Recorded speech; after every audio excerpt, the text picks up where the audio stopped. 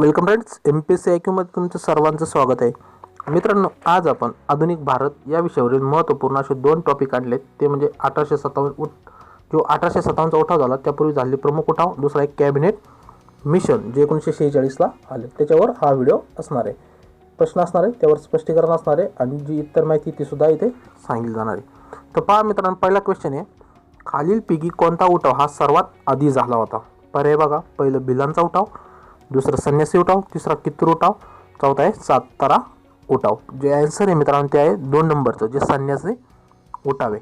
तर स्पष्टीकरण पहा, 1763 ते 1756 पर्यंत काय झाले, लहान जे उठाव झाले ते 100च्या वर झाले आणि मोठमोठे जे मिडियम याचे 1857च्या उठावापेक्षा कमी, तर ते असे 40 उठाव झाले होते.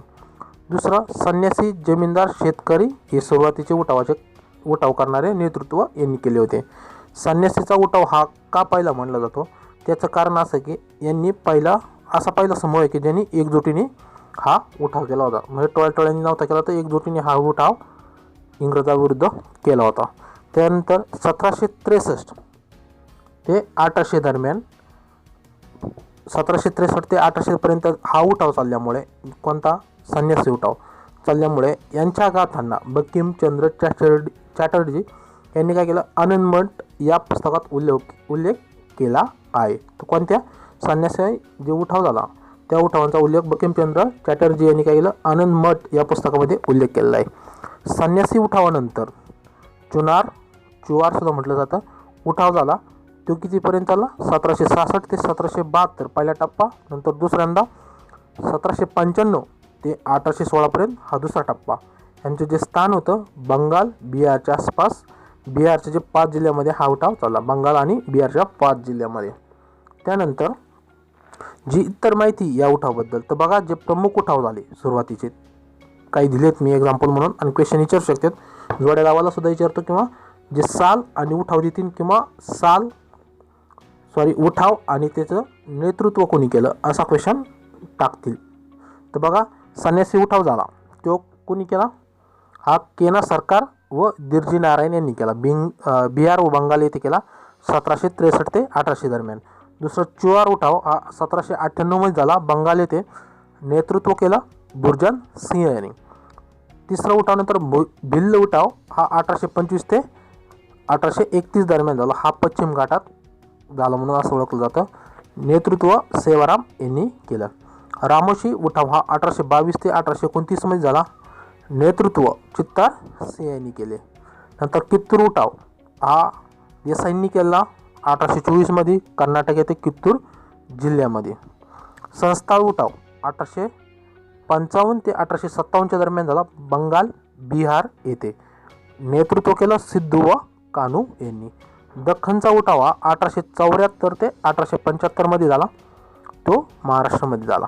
मोपलांचा उठाव 1920 ते 1922 दरम्यान झाला, मालाबार येथे, जे केरळ या ठिकाणी आहे.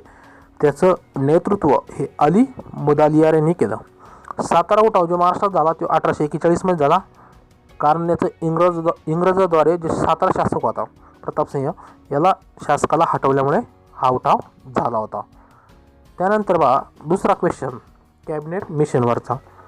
कॅबिनेट मिशन 1946 मध्ये खालील कोणत्या गोष्टी समाविष्ट केल्या होत्या? इथं समाविष्ट केल्या विचारले. पर्याय बघा, पहिलं विधान, 6 मुस्लिम बहुसंख्य प्रांत समाविष्ट करून एक संप्रभू पाकिस्तानची निर्मिती व्हावी असा उल्लेख होता. दुसरं म्हणजे संविधान सभा करणे. तिसरा आहे सीमा आयोग स्थापना करणे. पण एकदा क्वेश्चन समजून घ्या, कॅबिनेट मिशन 1946 मध्ये कोणत्या गोष्टी समाविष्ट केल्या होत्या? तर पर्याय बघा, पहिलं 6 मुस्लिम बहुसंख्य प्रांत समाविष्ट करून एक पाकिस्तानची निर्मिती व्हावी. दुसरं म्हणजे संविधान सभा स्थापन होणे. तिसरं म्हणजे सीमा आयोग स्थापना होणे. तर खालील पर्यायामधून योग्य पर्याय निवडा. पहिला पर्याय बघा, केवळ 1 आणि 3 बरोबर. दुसरा केवळ 2 बरोबर. तिसरा 1, 2 आणि 3 सर्वच बरोबर. आणि चौथा वरीलपैकी कोणतेच विधान बरोबर नाही. त्याचं आन्सर मित्रांनो 2 नंबरचं केवळ 2 बरोबर आहे. कारण संविधान स्थापना करणे हे त्यावेळी उल्लेख होता. सीमा आयोग हे माउंट बॅटन योजनेमध्ये सांगितलं होतं, आणि बहुसंख्यक जे पाकिस्तानची निर्मिती ही यांनी सांगितलं नव्हतं. तर आपण स्पष्टीकरण पाहू. 19 फेब्रुवारी 1946 ला ॲटलीने हाऊस ऑफ कॉमनमध्ये एक मंत्रिमंडळीय शिष्ट मिशन भारतात पाठवण्याची घोषणा केली. मार्च 1946मध्ये कॅबिनेट मिशनने राष्ट्रीय सरकार स्थापन करणे व सत्ता सोपवणे यासाठी काय केले, भारतीयांसमोर प्रस्ताव ठेवले. कॅबिनेट मिशनने पाकिस्तान निर्मितीसाठी किंवा मान्यता दिली नव्हती. त्यांनी सांगितले होते की जे अल्पसंख्याक इतर भारतात राहतील तर त्यांच्यासाठी एक संरक्षित स्वायत्ता ठेवून किंवा काही दुरुस्त्या करून ते भारतातच राहतील, म्हणजे पाकिस्तान निर्मिती होणार नाही असं त्यावेळी सांगितलं होतं. त्यानंतर कॅबिनेट मिशनने जे संविधान सभा स्थापन होणार आहे त्यांच्याद्वारे जे भारताचे विभाजन आहे हे 3 प्रांतामध्ये सांगितलं होतं करायला. त्यांची कल्पना होती. पहिलं पर्याय म्हणजे क मध्ये मद्रास, बॉम्बे, संयुक्त उत्तर प्रदेश, बिहार, मध्य प्रदेश, ओडिसा असे जवळजवळ 7 याच्यामध्ये. नंतर ख मध्ये पंजाब, उत्तर पश्चिम सीमांत प्रांत व सिंध अशा हा एक भाग ख मध्ये, आणि बंगाल आणि आसाम हा तिसरा भाग यांनी सांगितलं होतं. त्यानंतर बघा हे आहेत क्लेमेंट ॲटली आणि हे आहे कॅबिनेट मिशन भारतात आलेलं.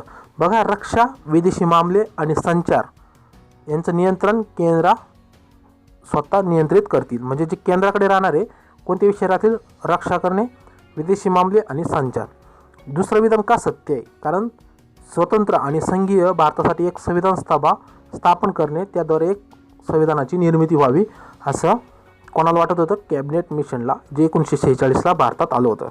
तिसरं विधान असत्य काय, कारण सीमा आयोग स्थापना ही 1947ला माउंटबॅटन योजनेद्वारे केली गेली होती.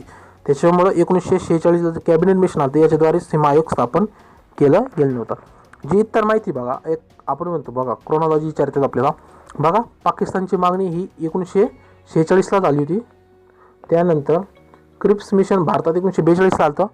वेवेल योजना ही 1945ला आली. शिमला संमेलन 1945ला. Cabinet mission 1946ला.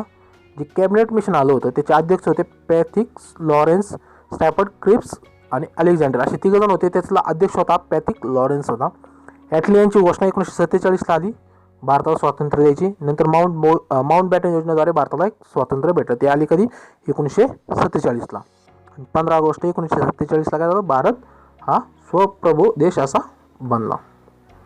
अशा प्रकारे आपण 2 प्रमुख टॉपिक इथे डिस्कस केले. पहिला म्हणजे 1857चा उठाव, 1857च्या उठावाच्या पूर्वी झालेले प्रमुख उठाव, नंतर कॅबिनेट मिशन 1946ला आले. परीक्षेच्या दृष्टीने आपण इथे पाहिलं. तर मित्रांनो तुम्हाला हा व्हिडिओ कसा वाटला कमेंट करून सांगा. व्हिडिओ जर आवडला व्हिडिओला एक लाईक करा, आपल्या चॅनलला सबस्क्राईब करा. थँक्यू मित्रांनो, तुम्ही हा व्हिडिओ पाहिल्याबद्दल धन्यवाद.